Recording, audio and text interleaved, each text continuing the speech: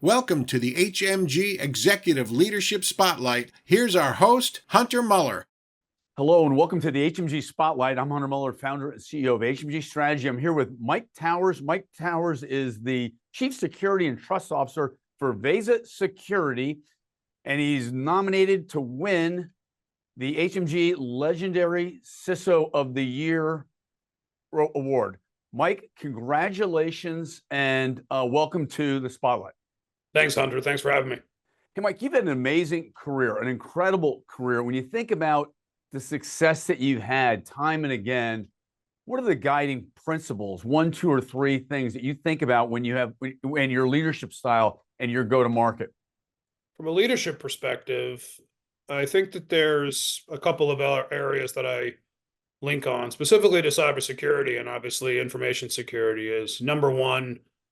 Where data and digital capabilities are foundational to every business, I think the pillars of cyber and information security are quite synonymous with the business. So first and foremost, I think, is having a powerful and consistent narrative that aligns with the business for which I support. So when I was in pharmaceutical companies, it would be very, very pharmaceutical driven, business-led narrative, and now I'm at a technology company. It has to be consistent with what we're trying to build here from a technology perspective. So I think that's first and foremost, is making sure that there's a strong business language and strong big business linkage to my strategy and how I'm leading.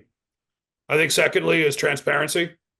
I think part of trust hinges on transparency, and I've always thought that, and I've always anchored on trust being a really, really important element of what I deliver and the support and the enablement I give to the business and to the leadership. And that starts with transparency, making sure that we're sharing as much as we can with whomever we can, build up that confidence, build up that transparency. And I think third is, I guess I'll combine two things, is empathy and humility. Recognizing that you need to put yourself in the shoes of those who you're dealing with. Try to recognize what their perspectives are. So that's the empathy piece. And the humility piece is recognizing that you don't have all the answers. You may need help, and you lean on the community to get that help, and other stakeholders to help along the way. Because I do think that the security leadership position is one very, very strongly linked with building a strong network of stakeholders. So I'm a big believer in understanding the humility aspect of it as well. Keys to success for a CISO are strong relationships with the C-suite, the CEO, and the board, right? Yeah, absolutely. It's really, really important. And, my engagement style with the C-suite is a lot of it is based on some of the elements I mentioned before around transparency, empathy, respect.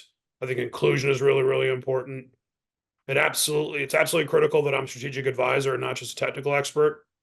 And again, making sure that I relate security measures to the broader business objectives. But I think from an approach perspective, when I deal with the C-suite and deal with boards, first of all, speaking the language of risk really resonates.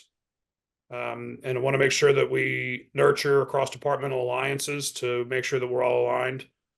I actually really believe that you need to focus on operational resilience that creates business value. I think security needs to be positioned as a trusted enabler and not just something that you add on at the end. I think it's important to embed security consciousness into the corporate DNA, and that starts with leadership, starts with the board. I think there has to be a strong brand of security. And again, that starts with a strong relationship with the senior executives. And a little bit related to what I mentioned before about having the humility to understand that this is a team sport. Leveraging industry connections and recognition to provide insights and get benchmarks, get information from across the industry, across like-size companies, et cetera, I think is really important. Great insights. Mike, we're studying global vision and leadership here at HMG Strategy with a safe and secure enterprise. When you think about global leadership, why is that so important now? Global leadership is definitely an important element here, because I think first and foremost, if you think about global, you think about the fact that, the internet has no borders. So recognizing the threat vector can come from anywhere in the globe, and recognizing how different cultures, different parts of the world, different regions, understanding that what may be true in one part of the world is not going to be the same in another part of the world, recognizing how indications in one can impact the other. So recognizing that, again, as I was saying before, being a security leader in today's day and age is not just a technical job. It's a very, very business risk focused job. And one of the biggest contributors to business risk is geopolitical tension. So understanding that piece as well. A lot of times things like cyber attacks or cyber threats can be linked to geopolitical tension. So understanding that is important too. You also have to recognize that from a global perspective, there are certain cultures and certain types of users or types of groups that would be more susceptible to respond to certain situations than others will. For example, it's unfortunately much more straightforward to spoof a non-English speaker with a phishing email because they may not be able to recognize the nuances as much as someone who speaks English natively. It's just one example. So understanding and recognizing the global element of leadership is really, really important. So, and once again, we've never seen this environment that's been unfolding over the past 1, 2, 3 years with nation state actors, a threat landscape that's unprecedented. What are you seeing on a global level regarding nation states, and how tough is it to keep the enterprise safe and secure? Well, first and foremost is there's a fundamental paradox with the internet being a global medium, with all of us for years working on things like standardizing and building consistent platforms to support the business at as low cost and as streamlined as possible. Yet with a lot of the more recent geopolitical tensions and geopolitical trending, there's a lot more nationalism. There's a lot more expectations of things operating differently based on geography, based on jurisdiction. The different types of regulations that may exist from a privacy perspective, they're very, very regionally or country specific. But again, the internet doesn't operate that way. And we spent a long time as technology and security leaders trying to pull things together and standardize because it's the most efficient and effective way to do many things. But now we're in this world where we have to think about what is the right way to separate. Do you have to do data localization? Do you have to do different systems different ways? Do you have to manage customer, patient, or consumer data differently in different parts of the world? So recognizing that paradox between global scale, global consistency, but with recognizing how the expectations of different regions across the globe are going to add additional complexities. And I think, frankly, I would say the last thing is that when you have, oftentimes whether it's used as something to help draw attention to it or linked from it, a lot of the geopolitical tensions and geopolitical activity tends to drive accelerations of certain risk factors or certain threat factors. So, the Russia-Ukraine conflict, has increased corresponding risks. The unfortunate activities in Gaza with Israel, that's triggered another set of interesting, I'll call it cyber or cyber threats or risks specifically to those areas. I mean, heck, even when unfortunately the president of Iran and the death in the helicopter crash as recently as this week, all of those are going to be shrouded with potential ways to launch and tweak and pivot to the cyber threat activity as well. So it's really, really important that security leaders understand that too. Fascinating insights. Mike, what was it about Veza that really attracted you? You said, this is for me. I love the security platform and profile. What was it about Veza that really excited you?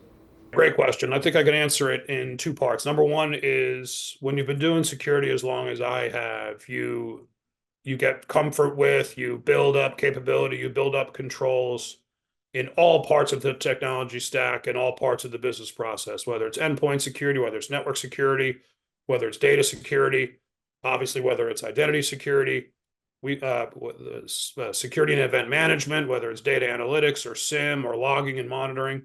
You build up all of these different security controls, and things may change and things may pivot where the types and the risks and the value of some of those threat protections may differ. So for example, an endpoint security side, endpoint security is obviously still very, very important, but it's much tougher to deploy and manage consistent endpoint security when you have so many different types of devices and you have end users using their own devices and consumers using their own devices, or you do BYO or whatever. So there's a lot more variability on the endpoints. Or you may have things that you've built into your server platforms over the years or into your network platforms. And those are becoming less helpful and frankly less valuable because most people are moving their businesses to the cloud. I think we absolutely need the cloud to meet today's business demands. But one thing that never is going to change is identities need access to data. So that is a problem that has existed for 20 years, exists now, and will exist in the future. And that's exactly where Veza is focusing. And I think when you think about all of the challenges that CISOs and the security teams are faced with, and the business all around us, as I said before, needs to leverage the power of cloud to grow their business from a flexibility perspective or a speed perspective. So there's all sorts of SaaS, there's all sorts of cloud platforms, there's all sorts of data platforms. And most of us still have an on-premise environment. So, and the challenge is that all of those types of platforms treat their access entitlements uniquely. They treat them differently. When you and I log into an application in any corporation, maybe you use Okta or use Microsoft, and you have a consistent front end with single sign-on or MFA. Or heck, even in our personal lives, when you go to a website, it offers you to use Google or Facebook to single sign-on or to have MFA and to leverage that authentication experience. Those options are available because there's been standards established for consistent authentication. There's no such thing as standards for authorization. There's no such thing as standards for access permissions. So managing that level of complexity across all the different types of environments, most companies are very, very cloud. The cloud momentum and the cloud acceleration is going up. And by doing more in the cloud, doing more with SaaS, we're making this problem even more challenging. So Veza's power to unify all of that, I think, is something that most CISOs, it is an acute and it's a major problem across the CISO community. And let's face it, I've been working with identity and access management solutions for years.